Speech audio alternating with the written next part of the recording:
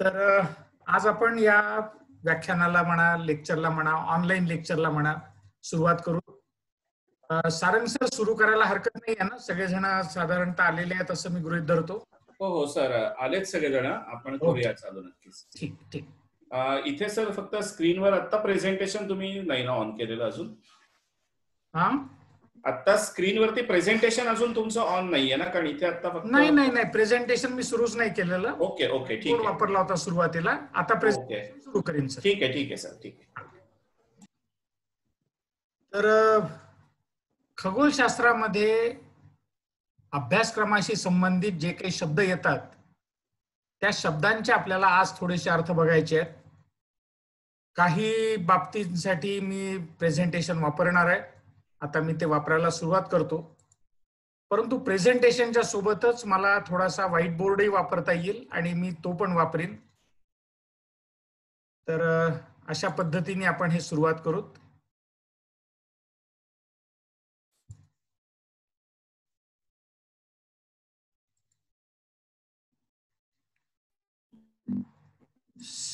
तर astronomy in school syllabus, शालेय अभ्यासक्रमातील खगोलशास्त्र असा आपला या संपूर्ण डिस्कशनचा विषय आहे. त्या विषयामध्ये आज मी आपल्या सगळ्यांशी बोलू इच्छितो.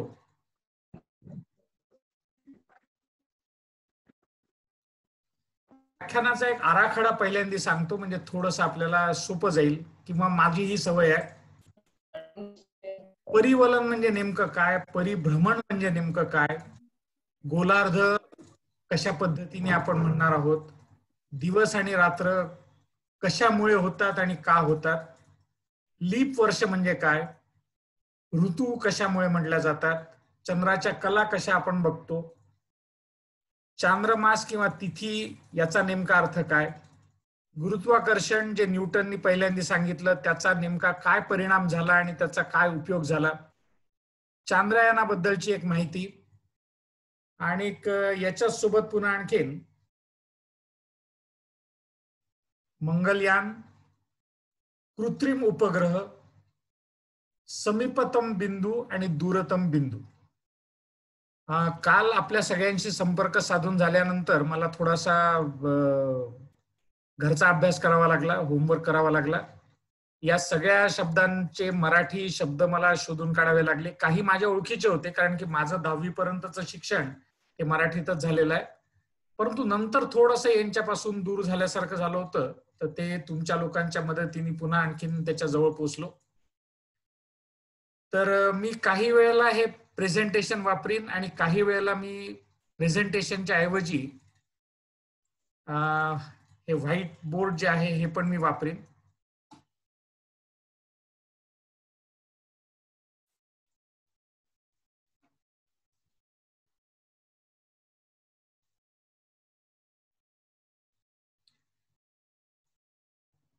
तर आता परिवलन आणि परिभ्रमण याच्यामध्ये नेमका फरक काय आहे? तर मी जर का एखादा भोवरा फिरताना पाहिला. सर सॉरी डिस्टर्ब करतोय. हा बोला ना सर. एक शक्य असेल ह्या टर्म्स बरोबर इंग्रजी टर्म्स पण जर तुम्ही सांगितलं ना त्याला वापरणाऱ्या. होय ओके. Yes sir, thank you. तर परिवलन म्हणजे रोटेशन आणि परिभ्रमण म्हणजे रिव्होल्यूशन.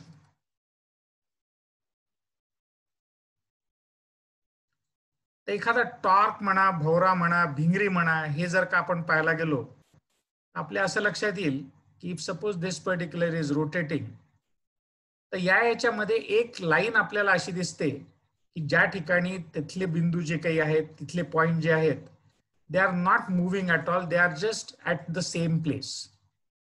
हे अशा तऱ्हेचे बिंदू जर का त्या वस्तूमध्ये असतील तर याचा अर्थ ते झालं रोटेशन. म्हणजे थोडक्यात याचा जो अक्ष आहे, ऍक्सिस जो आहे, तो ऍक्सिस त्या वस्तूच्या मधून जर का जात असेल तर ते रोटेशन म्हणलं जातं.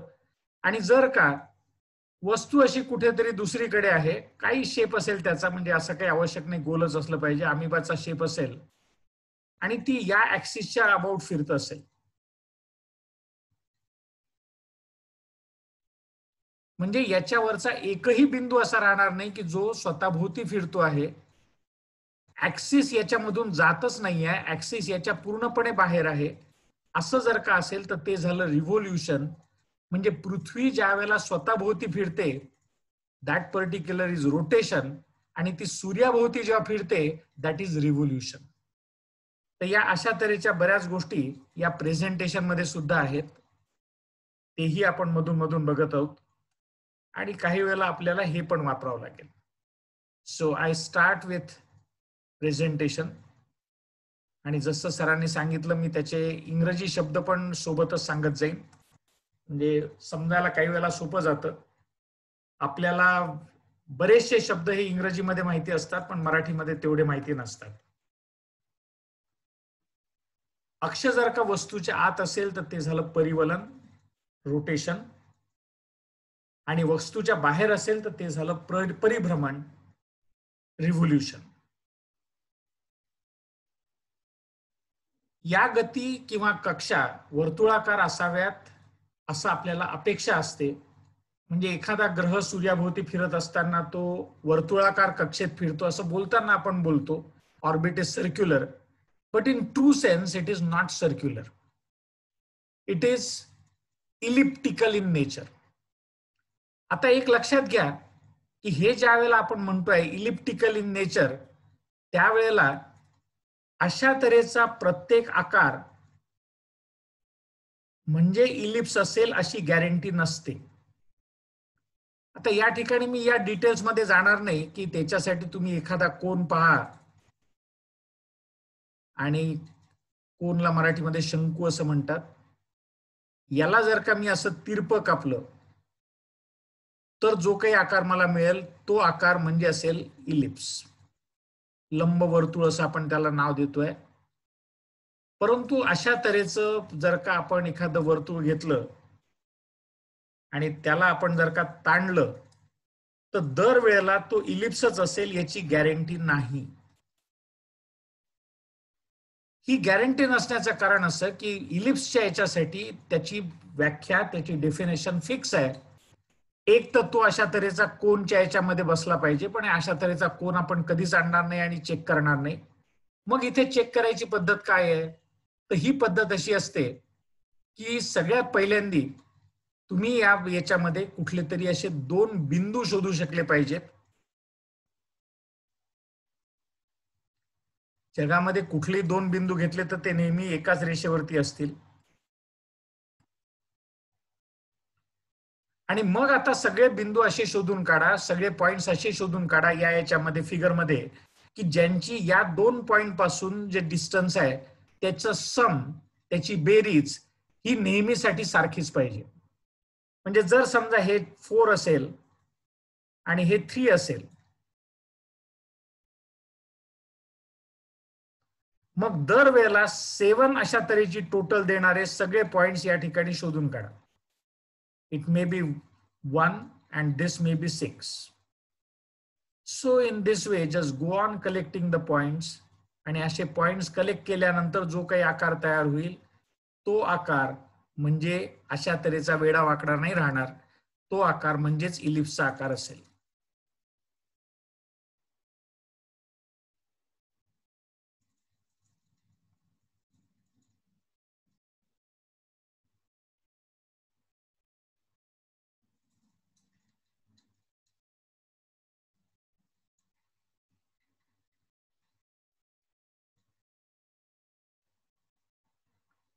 आता ही एक छोटीशी ऍक्टिव्हिटी पण तुम्ही घेऊ शकता, अगदी 5वीच्या विद्यार्थ्यांपासून ते 10वीच्या विद्यार्थ्यांपर्यंत.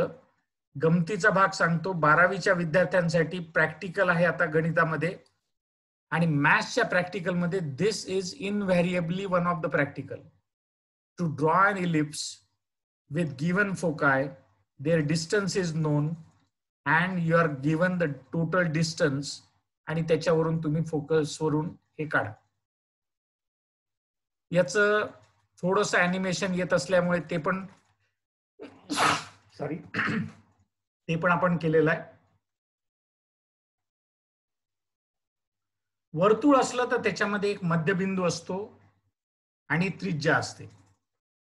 आणि त्याची व्याख्या आपल्याला करता येते की कक्षेवरील प्रत्येक बिंदूचे अंतर हे समानच असते त्या मध्यबिंदूपासून. परंतु सर्कलची डेफिनेशन जरी अशी आपण दिलेली असली की from centre the distance is same, लंबवर्तुळासाठी दोन हे असतात, बिंदू असतात, त्यांना लक्ष असं म्हणलं जातं मराठीमध्ये. So these are the nothing but focus और फोकाय. अनेक वचन फोकाय, एक वचन फोकस. तर हे अशा तऱ्हेचे दोन बिंदू आपल्याला घ्यावे लागतील. सगळ्या बिंदूंची दोन्ही लक्षापासून अंतराची बेरीज जर का समान असेल तर ते जे काही आकृती तयार होते त्या आकृतीला लंबवर्तुळ किंवा इलिप्स असं म्हणलं जातं. आणि संपूर्ण अगदी काल जे आपल्याला सरांनी सांगितलं धूमकेतू पासून ते बहुतेक सगळ्या याचं एक तर हायपरबोला किंवा इलिप्स अशा तऱ्हेचेच आकार असतात. इलिप्स हा दिसायला अशा तऱ्हेचा असतो. ते काढायच्यासाठी ही पद्धत आपण वापरू शकतो. विद्यार्थ्यांना देत असताना आपल्याला जे करावं लागेल ते असं की इथे 2 पॉइंट्स त्यांना घ्यायला सांगा. या 2 पॉइंट्स पासून जाणारी ही अशा तऱ्हेची एक धागा घेतला थोडासा लांब की जो यांच्यापेक्षा मोठा असेल आणि मग त्या धाग्यामध्ये पेन्सिल टाकून अशी फिरवायला सांगितली की हे अशा तऱ्हेचा आकार तयार होईल.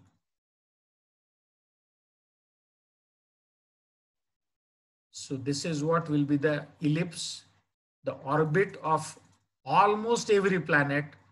आणि याच्या इथे किंवा इथे सूर्य असतो आणि ही त्याची भ्रमणाची कक्षा असते. याच्यातला जो सगळ्यात जवळचा पॉइंट असतो या पॉइंटला इंग्लिशमध्ये पेरिहेलियन म्हणतात आणि हा जो सगळ्यात दूरचा पॉइंट असतो त्याला इंग्लिशमध्ये ॲपहेलियन म्हणतात.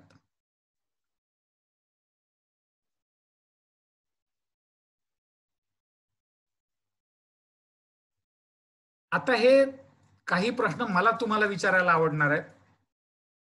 हे जर का टोटल डिस्टन्स सारखं ठेवलं आणि आपण या दोन बिंदूंमधलं म्हणजे लक्षांमधलं अंतर वाढवत गेलो तर त्याचा काय परिणाम होईल याच्यावरती, लंबवर्तुळावरती काय परिणाम होईल?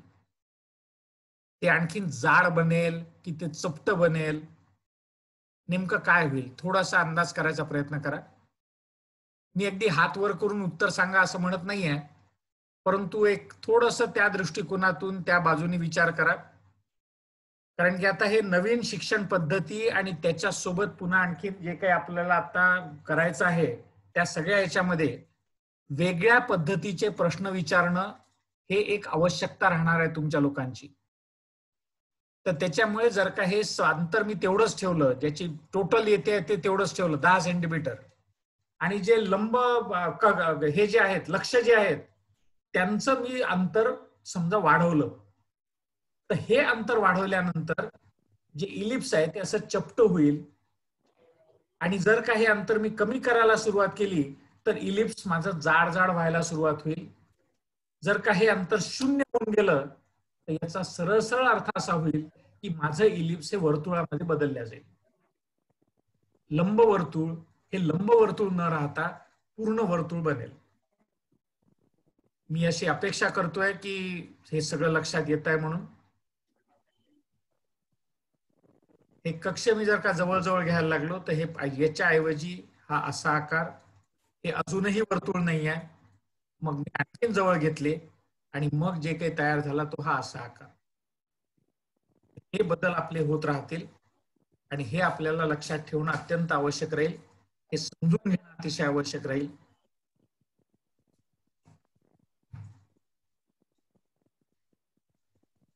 आता थोडस नेमकं पृथ्वी कशी फिरते आहे.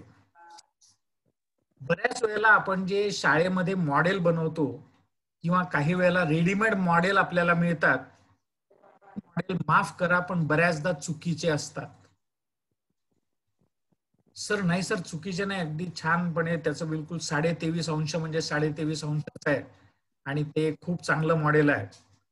काय गडबडी असतात ते थोडस आपण स्लेट वरती पाहूत. याच्याकडे पुन्हा वापस येऊ नंतर आपण मॉडेल कशा पद्धतीने बनवलेलं असतं.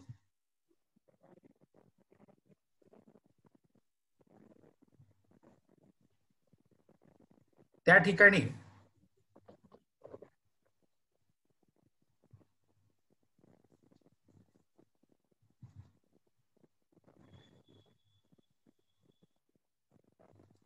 हे सगळे मॉडेल शाळांमध्ये उपलब्ध असतात. तुम्ही पण पाहिले असतील, मी पण पाहिले आहेत.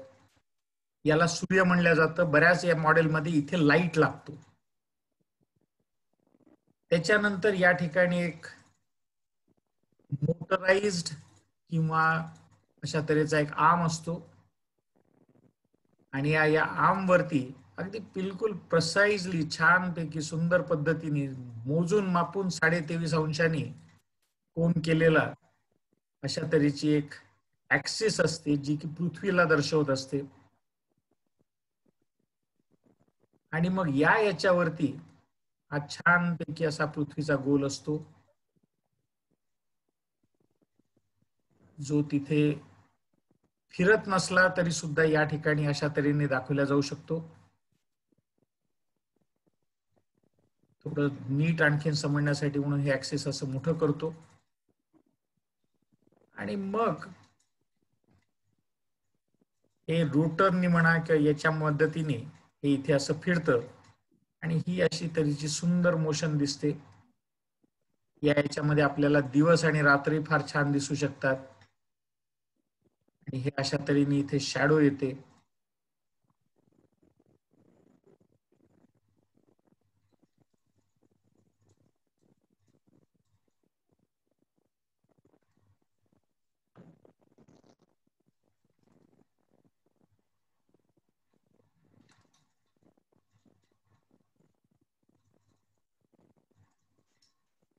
So this is the model. I'm really sorry to say this model is wrong model. याचं कारण असं की पृथ्वीचा जो काही अक्ष आहे हा याच डायरेक्शननी पाहिजे for all the time and every time. खूप चांगल्या पद्धतीचं मॉडेल असेल हे इथे रोटेटिव्ह होतं, परंतु इथे हा असा असेल, तोच जर का इकडच्या भागाला गेला तर तो हा असा होईल, तोच इथे आल्यानंतर तो असा होईल आणि इकडे गेला तर हा अशा तऱ्हेचा होईल. दिस इज नॉट ट्रू. जर का आपण पाहिलं तर आपल्या असं लक्षात येतं की इथे जर का तो ऍक्सिस असा असेल तर इथेही तो असाच राहणार आणि सगळीकडे तो तसाच राहणार, त्याच्यामध्ये फरक पडणार नाही. म्हणजे मला जे म्हणायचं आहे ते असं की जर का आपण हे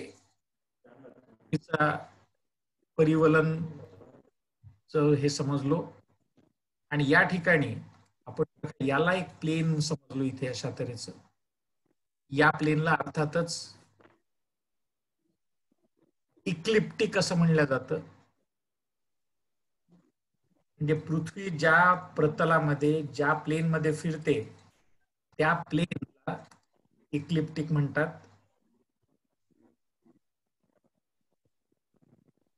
आता पृथ्वीचा जो काही अक्ष आहे तो या प्रतलाशी 23.5 डिग्रीचा अँगल करतो आणि त्याच्यानंतर it keeps on rotating like दिस.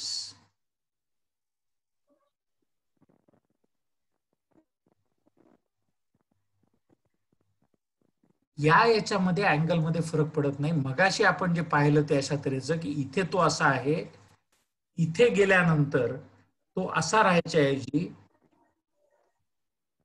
तो असा होत होता. हा बऱ्याच मॉडेल मधला ड्रॉबॅक असतो.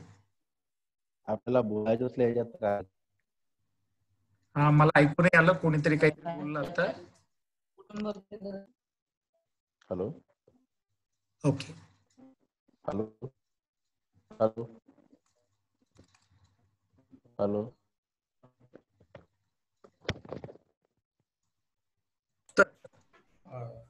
पृथ्वी ही या पद्धतीने सूर्याच्या भोवती फिरते. अर्थातच सूर्य जो आहे तो इथे कुठेतरी आहे. हे टू द स्केल नाही, कारण की सूर्य हा पृथ्वीपेक्षा खूप प्रचंड मोठा आहे, एवढं त्याचं कंपॅरेटिव्हच नाही आहे. परंतु जर का मी इथे खऱ्या मापाचा सूर्य काढला तर मला पृथ्वी दिसणारच नाही. तर त्याच्यामुळे आपण हे कंपॅरिझन करण्यासाठी म्हणून नाही काढलेलं. इथे नुसती आपण त्याची पोझिशन दाखवतोय. एक फोकस इथे राहील, दुसरा फोकस इथे राहील. कुठल्या तरी एका फोकसवरती सूर्य असेल आणि आपल्याला त्याच्या मदतीने पुढचं नीटपणे समजून घ्यायचं आहे. So I will proceed further. आता हॅलो. दिवस आणि रात्र जर का समजून घ्यायचे झाले आणि ऋतू समजून घ्यायचे झाले तर हे थोडंसं महत्वाचं आहे. नीटपणे जरा लक्ष द्या याच्याकडे.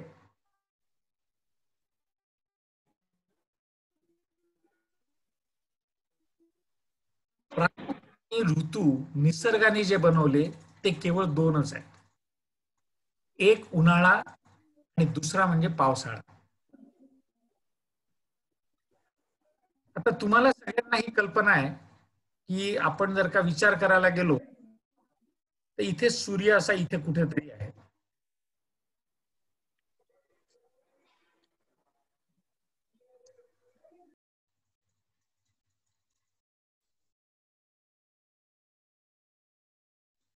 हा इतका मोठा आहे की या इथून सगळे रेज हे पॅरलच येतील.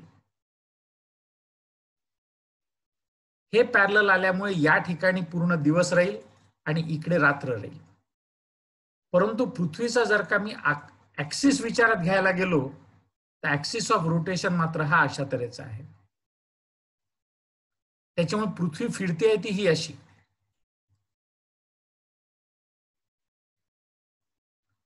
म्हणजे थोडक्यात या ठिकाणी जर का मी पाहायला गेलो तर जोपर्यंत पृथ्वी इथून साधारणतः अर्ध्या अंतरापर्यंत जात नाही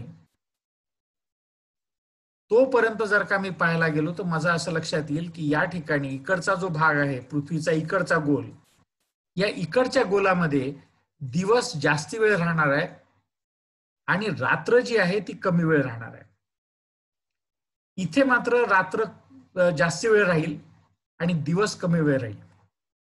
या ठिकाणी रात्र जास्ती वेळ राहील आणि दिवस कमी वेळ राहील. त्याच्यामुळे इकडच्या भागाला उन्हाळा राहणार आहे आणि इकडच्या भागाला उन्हाळा राहणार आहे आणि इकडच्या भागाला हिवाळा राहणार आहे. हेच जर का पृथ्वी इथून इकडे गेली दुसऱ्या साईडला, at that time this particular portion again I will have this as a axis.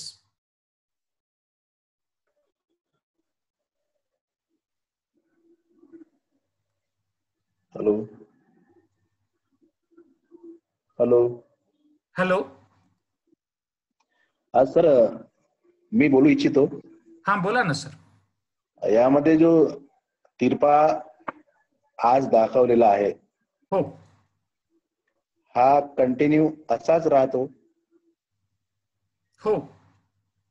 यात बदल न होण्याचं कारण काय? नाही सर, याच्यातही बदल होतो. तो बदल जो काही आहे त्याला आपण परांचन गती असं म्हणतो. ते थोडंसं पुढच्या भागामध्ये घेणार होतो मी, पण तुम्ही आता प्रश्न विचारलेला आहे तर सांगतो. परांचन गती आपल्याला याच्यामध्ये लाईफ सायकल मध्ये पाहता येत नाही. पृथ्वी एखाद्या लडखडणाऱ्या भोवऱ्याप्रमाणे फिरते. हे मी आता दिवस आणि रात्र घेण्यासाठी म्हणून बोलत होतो, त्याच्यामुळे असाच राहतो असं बोललो.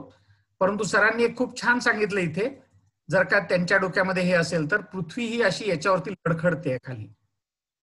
म्हणजे भोवरा जसा त्याची फिरण्याची गती संपायला आली की तो त्याचा अक्ष असा तिरपा तारपा करायला सुरुवात करतो. अशा तऱ्हेचं या ठिकाणी होत आहे. हा एक फेरी पूर्ण करायला 27,000 वर्ष लागतात. त्याच्यामुळे आपल्याला हे लक्षात येत नाही. हा निश्चितपणे त्याच्यामुळे ध्रुव ताऱ्याची जागा बदलते. इथे कुठेतरी उत्तर ध्रुवाची जागा असते, ज्याला पोलॅरिस असं म्हणलं जातं. उर्सा मायनरचा तो अल्फा स्टार आहे.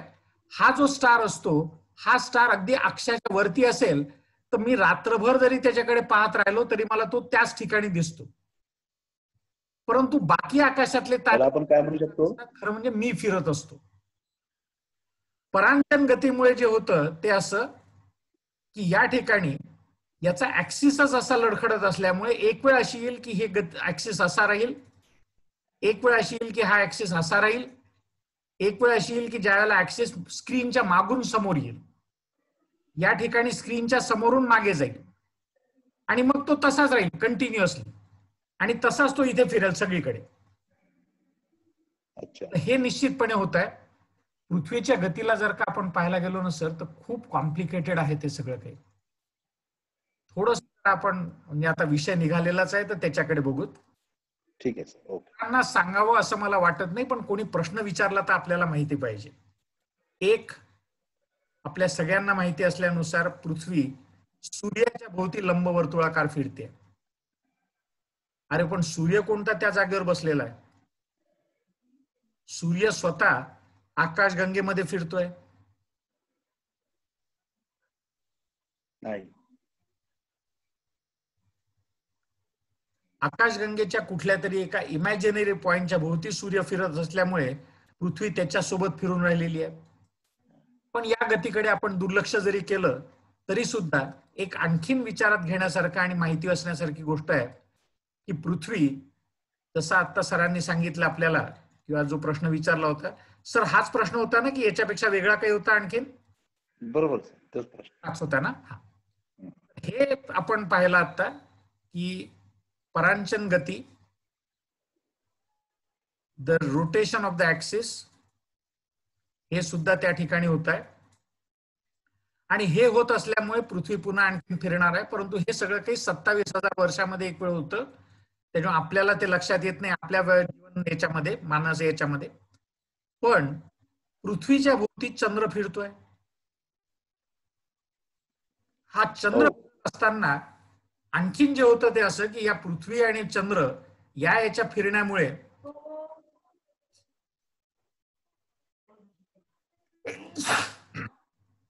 साधा खोकला आहे, काळजी करू नका.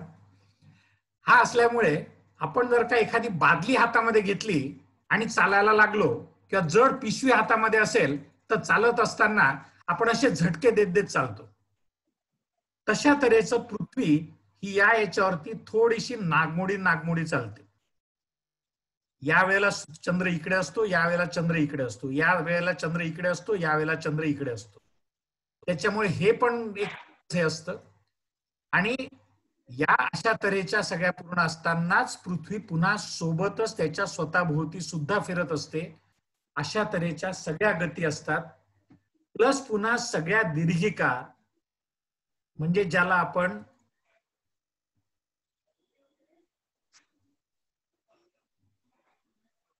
गॅलेक्सी म्हणतो, या गॅलेक्सी सुद्धा छोटे छोटे ग्रुप बनवून आपल्या विश्वाच्या सेंटर पासून दूर जाऊन राहिलेल्या आहेत. म्हणजे सूर्य गॅलेक्सीच्या केंद्राभोवती फिरतोय, गॅलेक्सी विश्वाच्या केंद्रापासून दूर जाते आहे. ते दूर जात असताना त्यांचे पुन्हा क्लस्टर्स आहेत. आता हे जर का आपण सगळं काही 5वीच्या पोरांना सांगायला लागलो तर त्यांचं निश्चितपणे भांडण करायला सुरुवात करतील. पण कोणी एखादा पोरगा अर्धवट वाचणारा असला आणि त्यांनी प्रश्न विचारले तर आपल्याला ते निश्चित माहिती पाहिजे, आणि याच्यासाठी या गोष्टी आपल्याला माहिती हव्यात. तर पृथ्वीचे हे अशा तऱ्हेच्या सगळ्या गती असतात, आणि या सगळ्या गती सोबत घेऊन हे संपूर्ण आपली सूर्यमाला आणि आपली दीर्घिका आणि दीर्घिका संच, लोकल ग्रुप ऑफ गॅलेक्सीज आणि अशा तऱ्हेचे अनेक ग्रुप्स हे आपल्या विश्वामध्ये स्थिर स्थावर झालेले आहेत आणि एकमेकांपासून दूर जात आहेत. काही याच्यातल्या गोष्टी एकमेकांवरती आदळतील. म्हणजे आपल्याला सध्या नक्की माहिती आहे की काही करोड वर्षानंतर आपली आकाशगंगा आणि दुसरी जी जवळ आपल्या एकदम शेजारीण आहे ही आकाशगंगा, या दोघी जणी एकमेकांवरती आदळणार आहेत. अँड्रोमेडा गॅलेक्सी, तर अँड्रोमेडा गॅलेक्सी आणि आपली आकाशगंगा या दोघी एकमेकांवरती आदळतील आणि त्यांच्यापासून एक वेगळीच नवीन आकाशगंगा तयार होईल. पण या सगळ्या गोष्टी या माहिती असायला पाहिजे शिक्षकाला. प्रत्येक वेळेला विद्यार्थ्याला हे सगळं सांगितलंच पाहिजे असं अपेक्षित नाही. परंतु मी तुमच्या सगळ्यांना शिक्षक समजतोय, विद्यार्थी नसल्यामुळे या गोष्टी मी बोलतोय. मगाशी आपण दिवस आणि रात्रीबद्दल बोलत असल्यामुळे मी त्या ठिकाणी या सगळ्या गतींचा चर्चा केली नाही. आता पुन्हा आपण या ठिकाणी येऊ. इथे आपल्याला दिसतंय की हे फिरत असताना तुमच्या लक्षात येईल की या इथून हे अशा तऱ्हेचं जे फिरत आहे, तर इथे रात्र लहान पडते आहे आणि दिवस मात्र मोठा होतोय, कारण की हा इकडचा भाग प्लस आणखीन तिकडचा भाग असं सगळं पूर्ण असं होईपर्यंत ते त्या ठिकाणी फिरत आहे. म्हणजे दिवस मोठा आणि रात्र लहान. इकडे रात्र लहान आणि दिवस मोठा, रात्र मोठी आणि दिवस लहान. त्याच्यामुळे या ठिकाणी आपल्याला उन्हाळा राहील. या ठिकाणी म्हणजे कोणत्या ठिकाणी सर? तर या ठिकाणी याचा अर्थ असा असतो की पृथ्वीचे आपण 2 भाग करतो आणि हे जे 2 भाग केल्या जातात हे नेहमी या पद्धतीने करतात. जर का हा म्हणजे ऍक्सिस असेल तर याच्या बरोबर मधल्या भागाला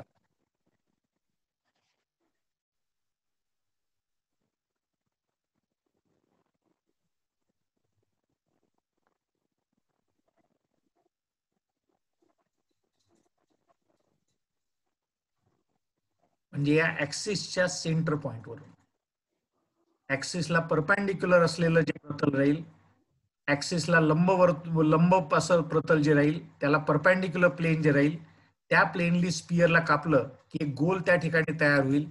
या गोलाला विषुववृत्त असं म्हणलं जातं.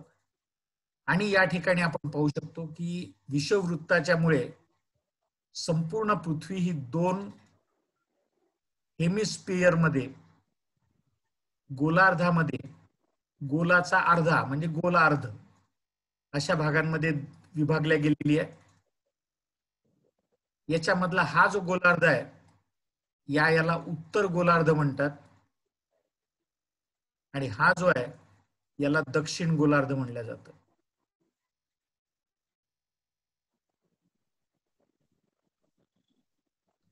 मंगळावरती हे असताना इथे बर्फाचं जे भाग आहे असा कॅप ती वितळते, या ठिकाणी घट्ट होणार, इकडची वितळणार आणि मग ज्या वेळेला हे इकडे येईल सूर्य पृथ्वी म्हणजे मंगळ, त्यावेळेला इकडचं जे आहे ते वितळणार आणि इकडचं तयार होणार. आपल्या इथलं हे आईस कॅप जी आहे ती खूप मोठी असल्यामुळे ती फक्त लहान किंवा मोठी होते. या ठिकाणी ही उत्तरेकडची थोडीशी मोठी होईल, दक्षिणेकडची थोडी लहान होते, जेवढी आहे त्याच्यापेक्षा.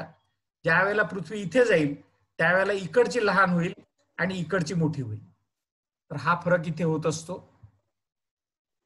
आणि या पद्धतीने दिवस आणि रात्र होतात. दिवस आणि रात्र जे आहेत याच्यामुळे केवळ 2 ऋतू आपले असतात. म्हणजे ऋतू तयार होण्याचं कारण पृथ्वीचा कललेला अक्ष, tilted axis of earth and rotation of earth around the sun.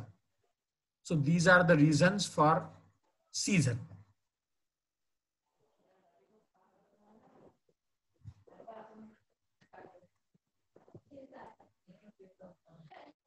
हा इतका मोठा आहे की इथून लाईट पॅरलल येतो जवळपास. प्रामुख्याने 2 ऋतू असतात, उन्हाळा आणि हिवाळा. या ठिकाणी आणखीन त्याला एक हे पाहिजे की नाही याच्याबद्दल मी माफ करा, मला जसं जमलं तसं मी हे टाईप केलं, कारण माझं इंग्रजी मधलं सगळं पूर्ण प्रेझेंटेशन तयार होतं पण मी त्याला मराठीमध्ये बदललं सगळं काही. विषुववृत्ताजवळ मात्र एक आपण साधारणतः 3 ऋतू समजतो, उन्हाळा, हिवाळा आणि पावसाळा. पावसाळा याच्यासाठी की विषुववृत्ताच्या जवळपास जे काही वारे येतात समुद्रावरून त्याच्यामुळे आपल्याला त्या ठिकाणी 3 ऋतू तयार होतात. भारत हा इतक्या चांगल्या ठिकाणी आहे आणि त्याला आजूबाजूनी समुद्र असल्यामुळे आणि एका बाजूला पहाडाची भिंत असल्यामुळे म्हणजे हिमालय असल्यामुळे भारतामध्ये मात्र 6 ऋतू समजले जातात. त्यांना वसंत, ग्रीष्म, वर्षा, शरद, हेमंत आणि शिशिर अशा तऱ्हेचे 6 ऋतू आहेत. याच्यामधल्या 2 ऋतूंची पेअर केली की अर्थात आपले जे काही ठरलेले ऋतू आहेत ते तयार होतात.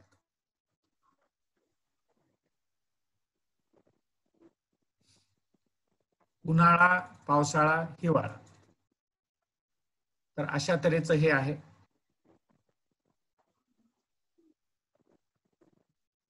याच्यानंतर जे काही आउटलाईन मला दिलेली जबाबदारी होती त्या याच्यानुसार आपल्याला लीप वर्षांबद्दल माहिती करून घ्यायची आहे. पुस्तकामधली माहिती थोडीशी तोकडी आणि हे आहे, परंतु विद्यार्थी एखादे प्रश्न विचारू शकतात म्हणून मी त्याला थोडंसं डिटेल केलेलं आहे. मुळामध्ये पृथ्वीला सूर्याभोवती एक परिभ्रमण पूर्ण करायला 365 दिवस 6 तास लागतात असं पुस्तकात दिलेलं आहे. प्रत्यक्षामध्ये ते 365 दिवस 5 तास 59 मिनिटं 16 सेकंद असे लागतात.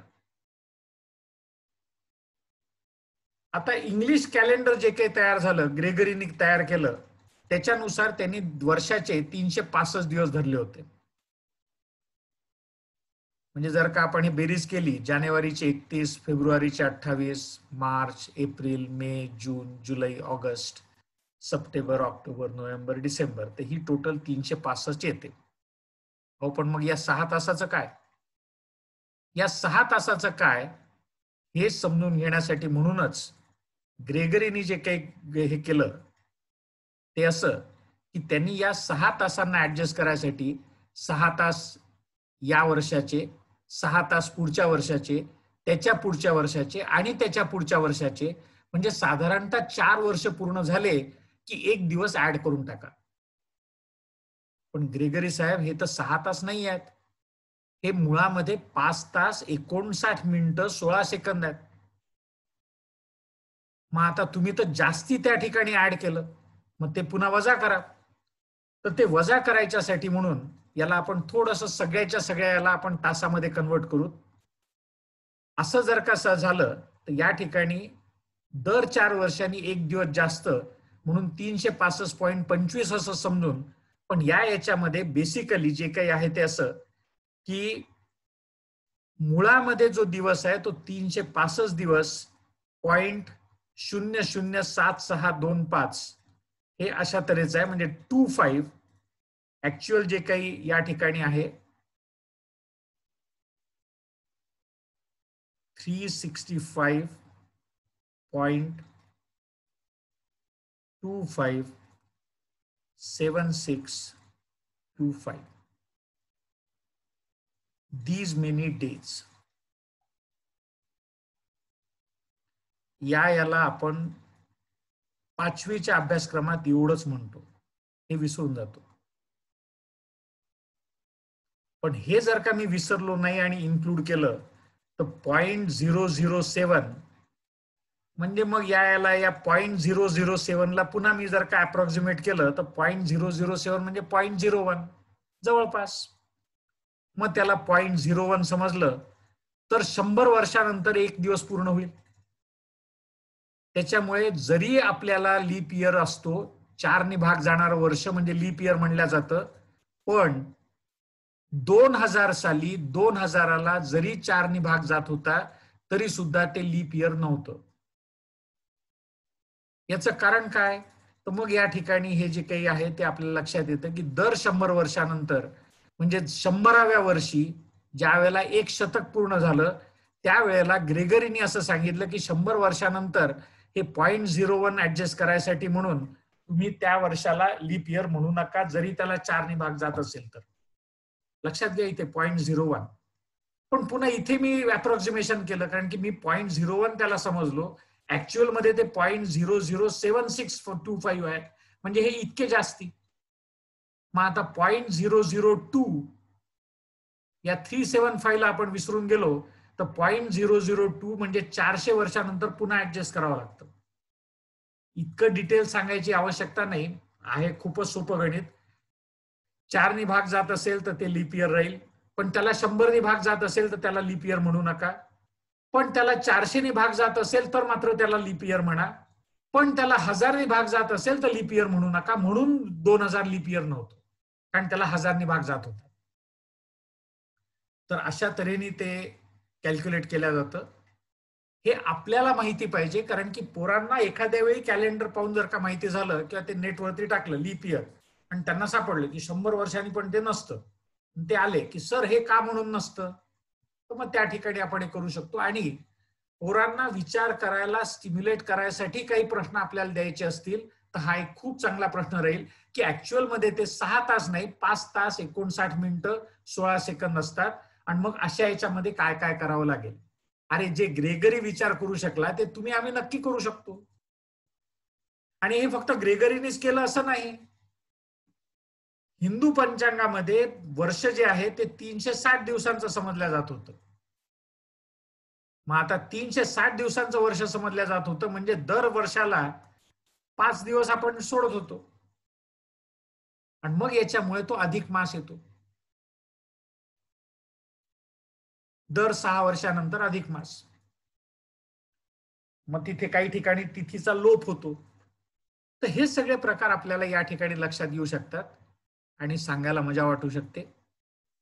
अर्थात थोडंसं आपल्याला माहिती पाहिजे, थोडंसं समजून घ्यायला पाहिजे आणि गणिताशी मात्र दोस्ती करावीच लागेल आपल्याला. इतकं त्याच्याशी भांडण करून चालणार नाही.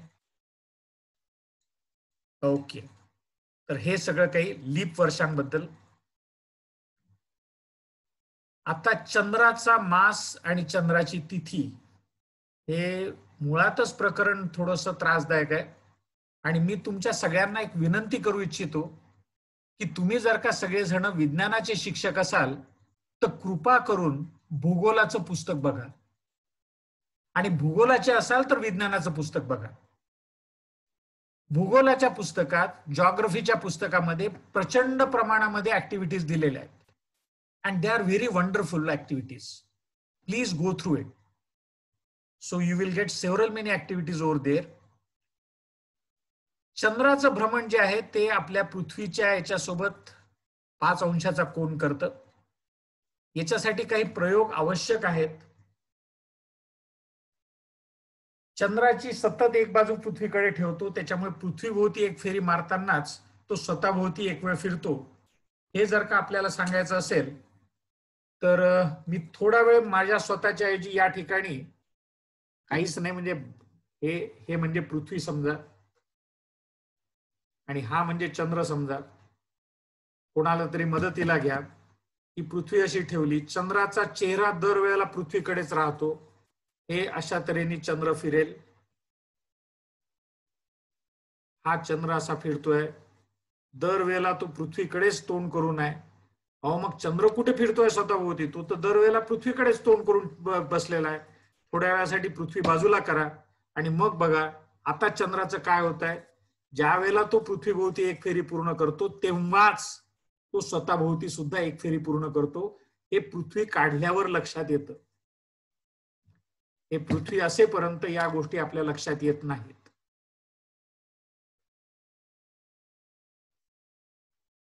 तर हे अशा तऱ्हेचे, अर्थात तिथे पोरांचं इमॅजिनेशन आपल्यापेक्षा कमी असतं किंवा जास्ती असतं. तर तिथे हे अशा तऱ्हेची पृथ्वी लंबुळका हे घेण्यापेक्षा तिथे गोल घ्या सरळ. दुसरा छोटा गोल चंद्र म्हणून वापरा.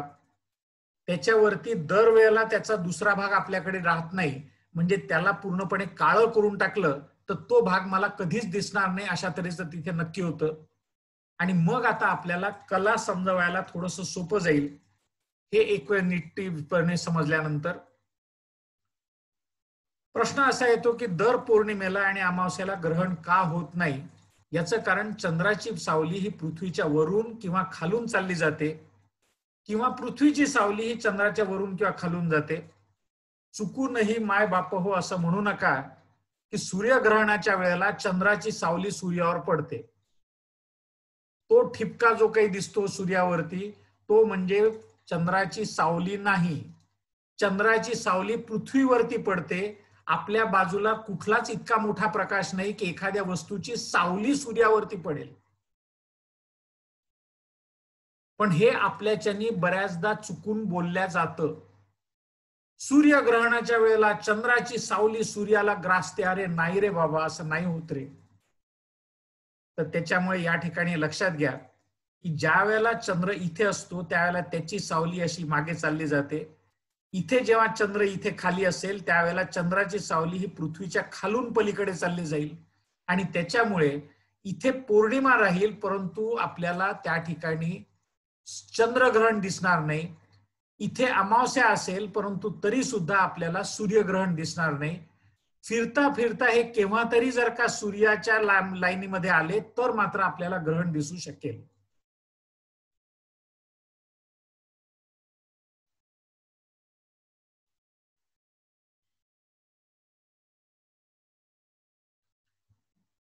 चंद्राच्या कला आणखी नीट समजण्यासाठी एक छोटस ॲनिमेशन.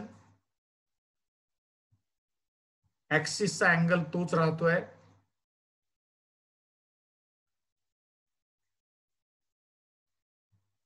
इथे तुमच्या लक्षात येईल की सावली वरून पलीकडे जाऊ शकते.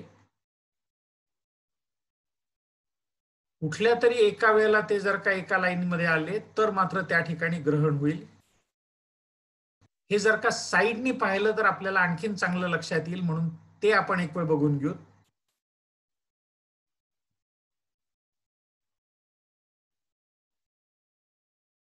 हे खूप चांगला प्रकार आहे, सहजपणे लक्षात येईल अशा तऱ्हेचा. मुळामध्ये चंद्र हा असा फिरतोय 5 अंशाचा कोन करून. पृथ्वी ज्या प्रतलात सूर्याभोवती फिरते, the orbit of earth, the plane containing orbit of earth, with that moon makes the angle, and that's why the shadow of moon moves from below or above the earth. जशी चंद्राची सावली राहील तशीच पृथ्वीची पण सावली राहील. ती आता दाखवल्याचे राहून गेलं, मला आता लक्षात आलं की ती पण दाखवायला पाहिजे म्हणून. आणि त्या याच्यामध्ये पण तसाच भाग होणार आहे.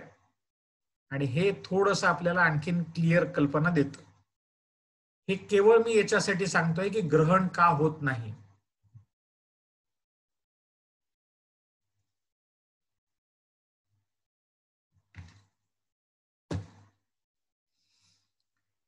समस्त पुस्तकांमध्ये जी काही आकृती दिलेली आहे कलांशी रिलेटेड ती अशा तऱ्हेची आहे. आणि इथे नेमकं विद्यार्थ्याचा प्रश्न येतो की मग आता पृथ्वीची सावली चंद्रावरती पडणार नाही का.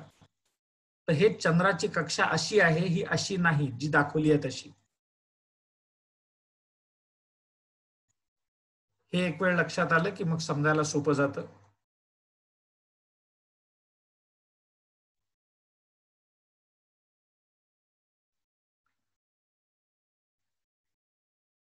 ज्या वेळेला चंद्र हा पौर्णिमेकडून अमावस्येकडे जात असतो त्यावेळेला त्याला कृष्ण पक्ष असं म्हटलं जातं. मग अमावस्या येते ठीक 15 चंद्रानंतर, 15 दिवसानंतर. No moon day, full moon day.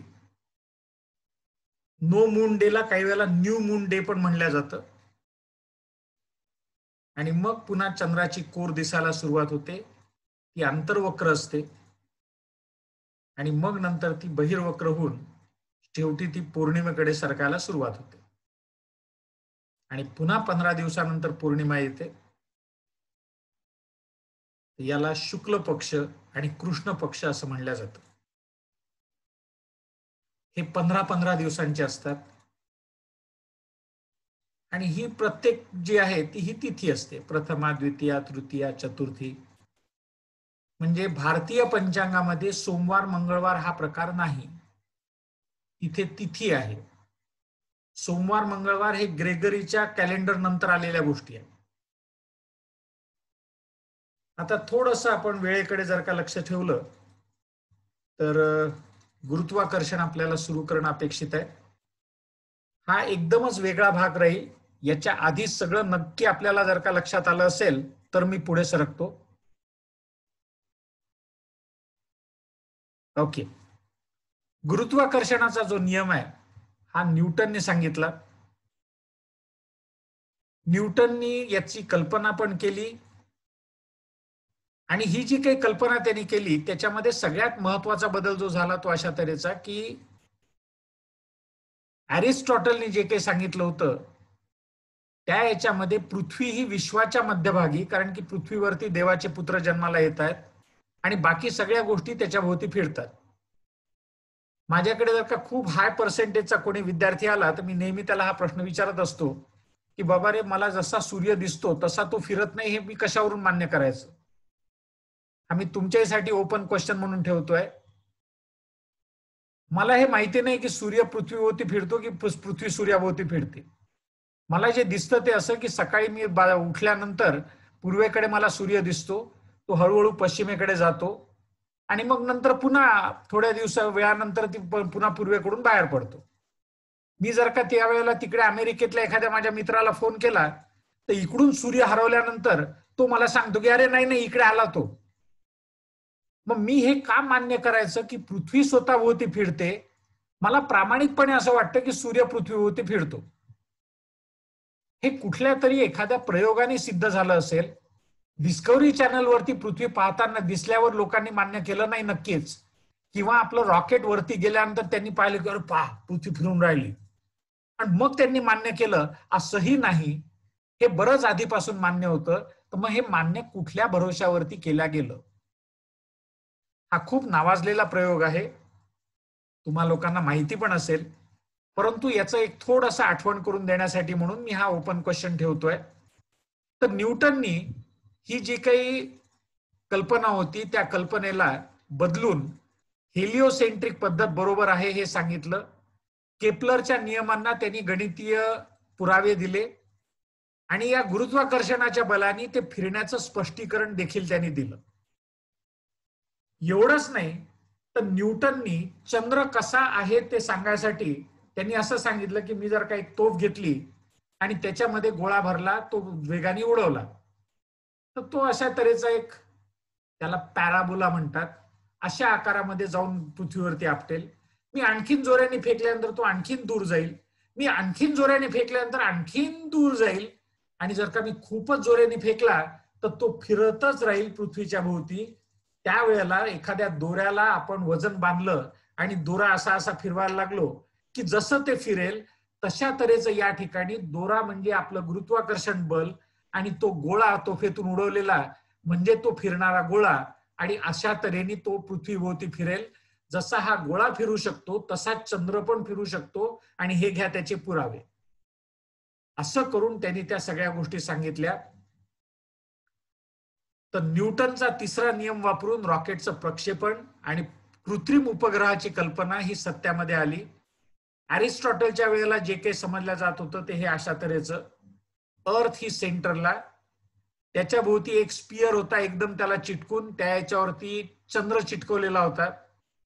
मग त्याच्यानंतर व्हीनस म्हणजे शुक्राचा स्पियर होता, मग त्याच्या पलीकडे सूर्याच्या याचा स्पियर होता, आणि या सगळ्या याच्या पलीकडे बाहेर खूप दूर असा एक मोठा स्पियर होता, आणि या स्पियरवरती सगळे तारे चिटकवलेले होते. तुमच्या समस्त लोकांना अत्यंत आश्चर्याचा धक्का बसेल अशा तऱ्हेचं सत्य सांगतो की अशा तऱ्हेच्या स्पियरवरती सगळे तारे चिटकवलेले आहेत आणि ते त्या ठिकाणी फिरत आहेत, अशा तऱ्हेची समजूत चक्क 1952 सालापर्यंत होती. सगळ्यात पहिल्यांदा 1947 साली हबलने असं दाखवलं की काही तारे माझ्यापासून दूर जात आहेत, म्हणजे ते स्पियरला चिटकलेले नाहीत, आणि मग तेव्हापासून सगळ्या कल्पना मोडीत निघाल्या. तर त्याच्यामुळे ही लक्षात घ्या की तसं पाहायला गेलं तर ऍस्ट्रॉनॉमी हे फार तरुण आहे, आणि न्यूटनचा तिसरा नियम वापरून रॉकेटचं प्रक्षेपण आता आपणही करू शकतो. कोट्यावरचं हे चित्र आहे धवन लॉन्चरच्या सेंटरचं, श्रीहरिकोटा, बाजूला समुद्र आहे. एपीजे कलामांनी अक्षरशः सायकलवरून त्या ठिकाणी रॉकेट्स नेलेले आहेत, आणि सध्या ते अत्यंत अद्ययावत असं ते तंत्रज्ञानाच्या याच्यामध्ये पुढे झेपावणारं असं हे आहे. गुरुत्वाकर्षणाचा जर का आपण थोडंसं आणखीन नीटपणे समजून घेण्यासाठी म्हणून वेळ घ्यायचा म्हणलं तर न्यूटननी त्या ठिकाणी असं सांगितलं की जर का कुठलेही दोन वस्तुमान असतील, मास त्यांचे m1 आणि m2, वस्तुमान m1 m2, आणि त्यांच्यामध्ये डिस्टन्स हे जर का r असेल, रेडियस नव्हे, अंतर त्यांच्यामधलं सरळ रेषेतलं, तर यांच्यामध्ये एक तऱ्हेचं आकर्षण बल असतं जे यांच्या प्रॉडक्टला समप्रमाणामध्ये directly proportional to product of the masses आणि अंतराच्या वर्गाच्या व्यस्त प्रमाणात inversely proportional to the square of the distance, अशा तऱ्हेचा जो फोर्स असतो, या फोर्सला फोर्स ऑफ अट्रॅक्शन किंवा ग्रॅव्हिटेशनल फोर्स ऑफ अट्रॅक्शन म्हणतात. कॉन्स्टंट ऑफ प्रोपोर्शनॅलिटी याला आपण लोक कॅपिटल G असं म्हणतो, जे नंतर कॅव्हेंडिशने शोधून काढलं त्याची व्हॅल्यू, तोपर्यंत ही व्हॅल्यू माहिती नव्हती. This is what is the Newton's law of gravitation. मी ज्या वेळेला विद्यार्थी म्हणून होतो शाळेमध्ये, त्यावेळेला मला फार वाईट वाटायचं की माझ्या आई वडिलांचं थोडंसं चुकलंच, त्यांनी मला उशिरा जन्माला घातलं. थोडं आधी जन्माला घातलं असतं तर न्यूटनचा लॉ तर माझ्याही लक्षात आला असता, कारण झाडावरती पिकलेले आंबे खाली पडतात आणि त्यांना पृथ्वी ओढते, हे तर मलाही लक्षात आलं असतं. त्याच्यासाठी न्यूटनचीच काय गरज होती. असं मला खूप वाटायचं त्यावेळेला. मग मोठा झाल्यानंतर जेव्हा हा लॉ नक्की नीटपणे समजला, त्यावेळेला लक्षात आलं की न्यूटननी मुळामध्ये सांगितलंच नाही की पृथ्वी ही आंब्याला ओढते. न्यूटननी असं सांगितलं की जशी पृथ्वी आंब्याला ओढते तेवढ्याच फोर्सनी, आय रिपीट, एक्झॅक्टली तेवढ्याच फोर्सनी आंबा सुद्धा पृथ्वीला स्वतःकडे ओढतो. हा, ही गोष्ट वेगळी की पृथ्वी ओढल्या जात नाही, आंबा ओढल्या जातो, कारण त्याचं मास कमी असतं म्हणून तिथे त्वरण तयार होतं. त्वरण म्हणजे ऍक्सलरेशन. पृथ्वी सुद्धा ओढल्या जाते, पण पृथ्वीचं मास खूप जास्ती असल्यामुळे त्याचं त्वरण, त्याचं ऍक्सलरेशन कमी असतं. म्हणजे दरवेळेला जेव्हा जेव्हा आंबा झाडावरून पृथ्वीवरती खाली पडतो त्यावेळेला पृथ्वी थोडीशी वर उचलल्या जाते. This is what was said by Newton. हे फार मोठी गोष्ट होती. आणि हा फोर्स, मग ही पृथ्वी असेल आणि हा चंद्र असेल तर यांच्यामध्ये पण तो राहील. ही पृथ्वी असेल आणि हा सूर्य असेल तर यांच्यामध्ये सुद्धा तो राहील. अशा तऱ्हेचं पुढे गणित तयार व्हायला लागले आणि केपलरचे सगळे नियम याच्यामुळे सिद्ध झाले. आणि एक अतिशय चांगला ग्रंथ लिहिला गेला, ज्या ग्रंथाचं नाव होतं प्रिन्सिपिया.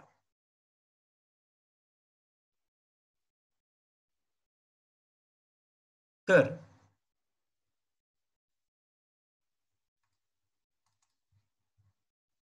असं हे न्यूटननी जे गुरुत्वाकर्षणाबद्दलचं सांगितलं,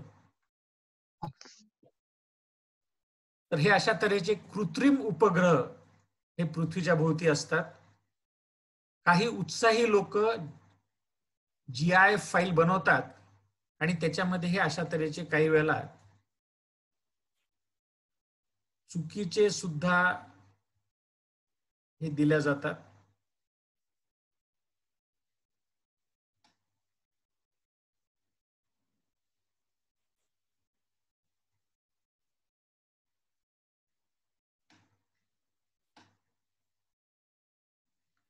एक लक्षात घ्या की हे फिरत असताना असं कधीच फिरू शकणार नाही.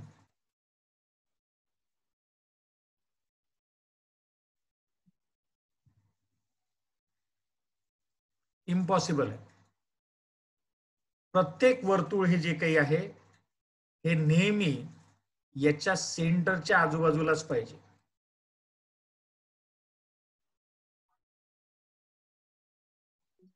हे असं फिरू शकत नाही.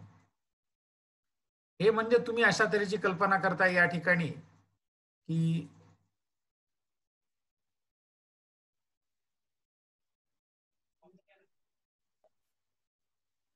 हे पृथ्वीच्या मदतीने असं फिरेल. पण मी जर का म्हणलं की असा गोला मी वरती धरतो आणि दोरीच्या मदतीने असा फिरवतो, हे शक्यच नाहीये. हे अशा तऱ्हेचं झालं कारण की या ठिकाणी गुरुत्वाकर्षण बल हे या दिशेने कार्य करणार आणि हा उपग्रह असा फिरूच शकत नाही. आता इथे का होत नाहीये माझ्या लक्षात येत नाहीये ते, पण ठीक.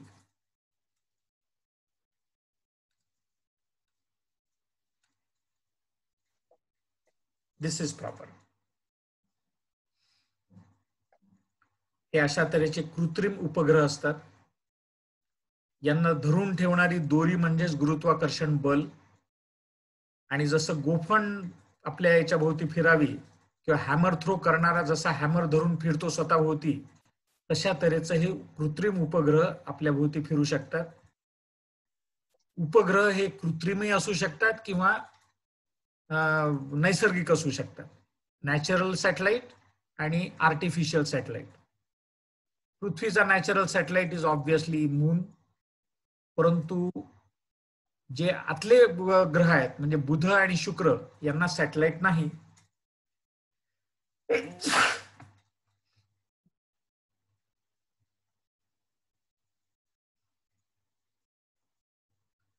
आता याच्यापैकी चंद्रयान हे सॅटेलाइट नव्हतं. चंद्रयान हे पृथ्वीभोवती फिरत नव्हतं. चंद्रयान हे चंद्राचा मात्र निश्चितपणे आर्टिफिशियल सॅटेलाइट होतं. आणि चंद्रयान 1 हे चंद्राचा कृत्रिम उपग्रह होता.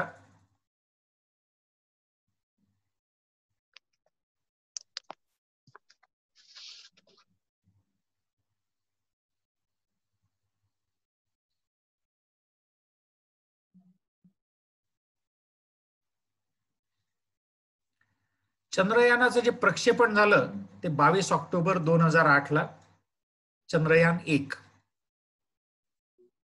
चंद्रावरती त्याचा प्रोब उतरला, तो दिवस होता 14 नोव्हेंबर 2008. त्या प्रोबनी त्या ठिकाणी 2 वर्ष काम करावं अशा तऱ्हेची अपेक्षा होती,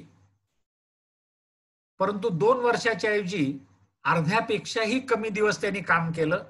साधारणतः 312 दिवस, साधारणतः नाही, प्रिसाइजली 312 दिवस.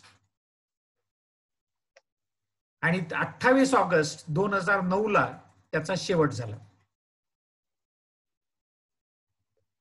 तुमच्यापैकी सगळे शहरात राहणारे असतील तर माहिती नाही, परंतु जर का कोणाला खेड्याचा फ्लेवर थोडासा असेल तर गोफण नावाचा एक प्रकार पाहिला असेल, ज्याच्यामध्ये 2 पदरी दोऱ्याला मध्ये गोटा ठेवून असं गोल गोल फिरवलं जातं आणि एका विशिष्ट वेळेला त्याचा दुसरा भाग सोडून दिला जातो आणि गोटा वेगाने समोर जातो. आमच्या मावळ्यांचं फार मोठं शस्त्र होतं हे, आणि आता फार कमी ठिकाणी ते वापरलं जातं, परंतु एक माहिती पाहिजे, याचाच उपयोग या ठिकाणी केला गेला. हे अॅनिमेशन थोडंसं बनवायचा प्रयत्न केलेला आहे, पहा या ठिकाणी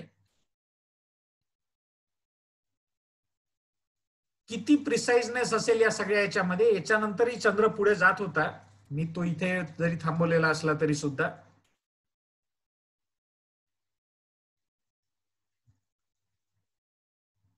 म्हणजे लक्षात घ्या की 22 ऑक्टोबरला ते चंद्रयान इथून निघालं, 14 नोव्हेंबरला ते इथे पोहोचलं. 14 नोव्हेंबरच्या ऐवजी 10 नोव्हेंबरला पोहोचलं असेल, आणि मग इथे फिरायला त्यांनी सुरुवात केली आणि मग प्रोब निघालं. ज्या वेळेला हे इथून निघालं त्यावेळेला चंद्र कुठेतरी इथे होता. चंद्र ज्या वेळेला इथे पोचेल त्यावेळेला ते अशा तऱ्हेचे गोल फिरून इथून निघेल आणि त्या ठिकाणी पोचेल, आणि मग त्या ठिकाणी त्याला चंद्राच्या याच्यामध्ये गुरुत्वाकर्षणामध्ये ते पकडल्या जाईल. पकडण्यासाठी या ठिकाणी त्याचा स्पीड कमी करावा लागेल, नाहीतर ते इथून धक्का खाऊन पुढे चाललं जाईल, किंवा ते इथूनच निघायच्या ऐवजी इथेच ते पुन्हा आणखीन एखादा कारण नसतानाची चक्कर करेल. हे सगळे मॅथमॅटिकल कॅल्क्युलेशन्स अत्यावश्यक आहेत. So just see this particular once again. हा तिथे पोचला, त्याच वेळेला तो प्रोब तिथे पोचला. ओके.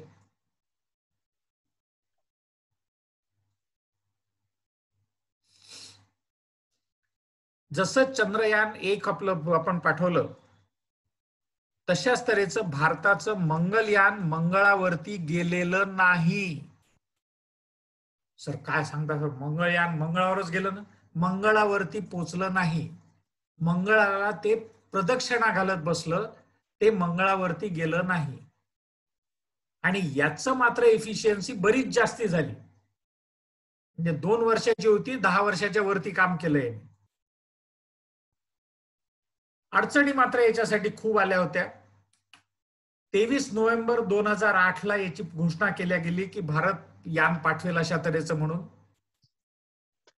28 ऑक्टोबर 2013 पासून प्रक्षेपणाच्या प्रतीक्षेमध्ये ते होतं.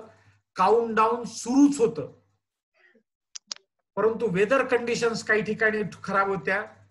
परंतु या ऑक्टोबर मध्ये त्याला आवश्यक होतं, जास्तीत जास्त नोव्हेंबरचा फर्स्ट हाफ, कारण की प्रक्षेपण हे अशा पद्धतीने करणार होते की मंगळाच्या पृथ्वी जास्तीत जास्त जवळ ज्या वेळेला जाईल त्याचा फायदा या ठिकाणी त्यांना घ्यायचा होता.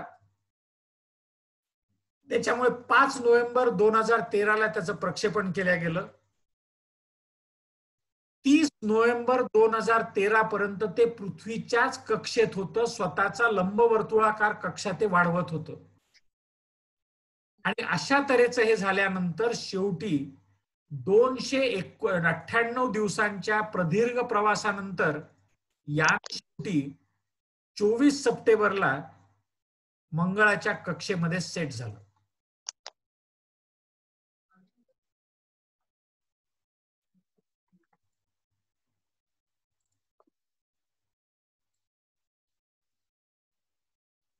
हे सगळीकडे पाहायला मिळतं, काही असं विशेष काही सांगण्यासारखं नाही आहे याच्यामध्ये.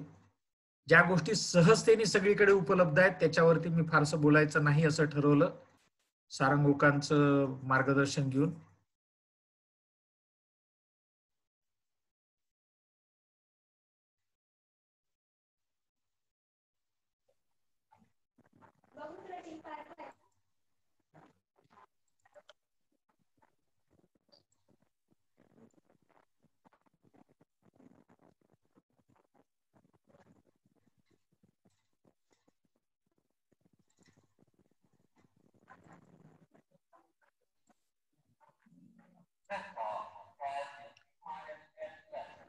चंद्रयान 2च्या याच्यासाठी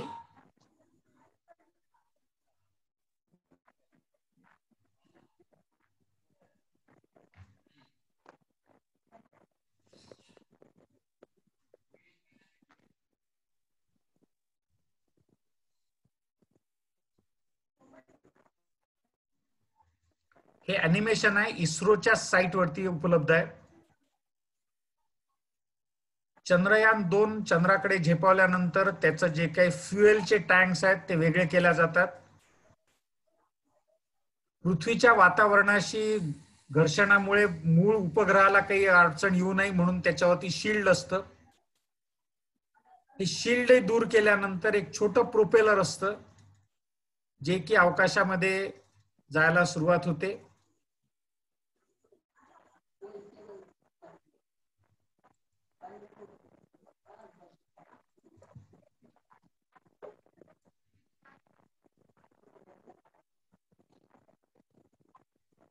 ऑटोमॅटिकली त्याचे सोलर पॅनल उघडल्या जातात.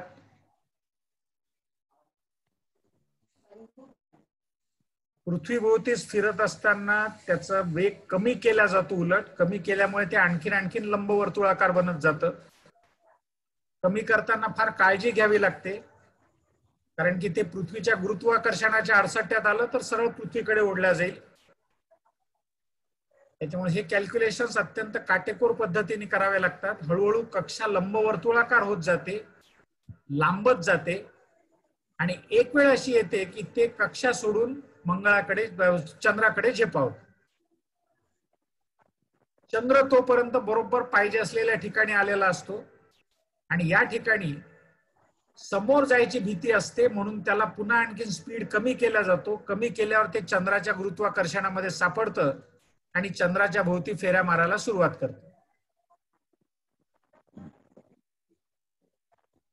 हे चंद्रयान 2चं हे असल्यामुळे चंद्राच्या भोवती ते काही वेळ फिरल्यानंतर स्थिर कक्षेमध्ये येतं, वर्तुळाकार कक्षेमध्ये येतं आणि मग विक्रम प्रोब त्याच्यापासून वेगळा केला जातो आणि तो चंद्राच्या पृष्ठभागाकडे जायला सुरुवात होते. ते काही भाबडे जे काही जीव असतात त्यांना असं वाटतं म्हणजे जवळपास तर हे पूर्ण झालंच न हो. तर अशा तऱ्हेचा हा काहीच भाग नसतो. जवळपास हा प्रकारच नसतो. हे फक्त आपल्या 10वीच्या परीक्षेमध्ये मार्क मिळवण्यासाठी उपयोग असतो अशा तऱ्हेच्या आर्ग्युमेंटचा. बस ते फक्त 10 मीटर दूर होतं, बाकी सगळं काही झालेलं होतं. फक्त शेवटी थोडंसं ऍक्सिडेंट झाला आणि गेलं ते. त्याच्यामुळे काही इतकं वाईट वाटून घेऊ नका.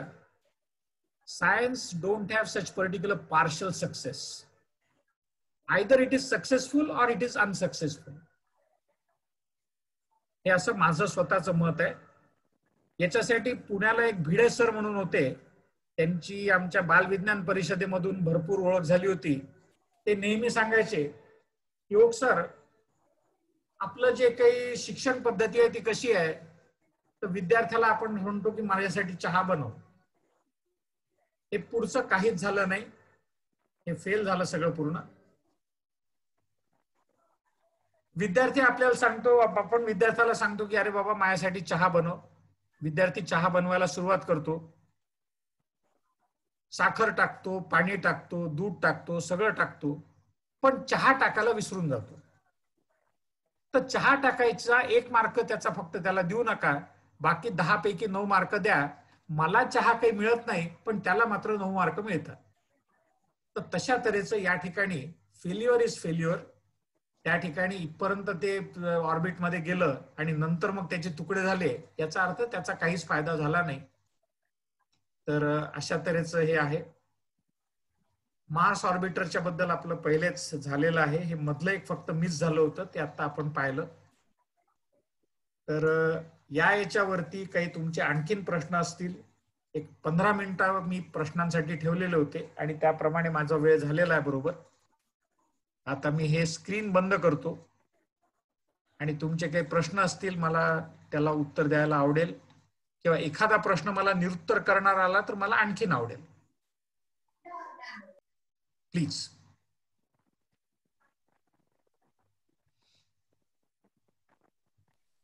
नमस्कार सर, सरिता हा. गोसावी बोलते. हो. मला म्हणजे मी मिस केलं आहे असं असू शकेल, पण मला एक गोष्टीचं म्हणजे प्रश्न खूप आधीपासून आहे की आपण म्हणजे सूर्याभोवती पृथ्वी फिरते आणि मग आपण गोफणीचं उदाहरण देऊन जसं सांगितलं की त्या धाग्याची लांबी जेवढी असेल ती त्रिज्या आहे बरोबर, आणि त्यामुळे सूर्याभोवती पृथ्वी फिरते आहे, ते गुरुत्वाकर्षणाचा पुल आहे. तर मग असं असताना जर का ती त्रिज्या फिक्स्ड आहे तर मग ते सर्कल असलं पाहिजे, पण ते एलिप्स आहे. आणि मग एलिप्सला जसे 2 फोसाय आहेत, तर मग सूर्य तर एकच आहे ना की जो पुल करतोय, मग त्या दुसऱ्या फोसायला काय आहे? नाही, दुसऱ्या फोकसवरती काहीच नको, म्हणजे असायची गरज नाही आहे काहीच. मग मला हे कळलं नाही की तो हा, तर याच्यामध्ये न्यूटनचा ग्रॅव्हिटेशनचा रूल वापरून साधारणतः बीएससी सेकंड इयर मध्ये आपल्याला ऑर्बिटचे इक्वेशन मिळतात मॅथमॅटिकली, आणि हे इक्वेशन इलिप्सही त्याच्यामध्ये असतं. त्याच्यामध्ये हायपरबोला पण असतो आणि त्याच्यामध्ये पॅराबोला पण असतो. हे सगळे कोनिक सेक्शन आहेत आणि याच्या प्रत्येकाच्या वेळेला त्याच्या लक्षावरती सूर्य असतो.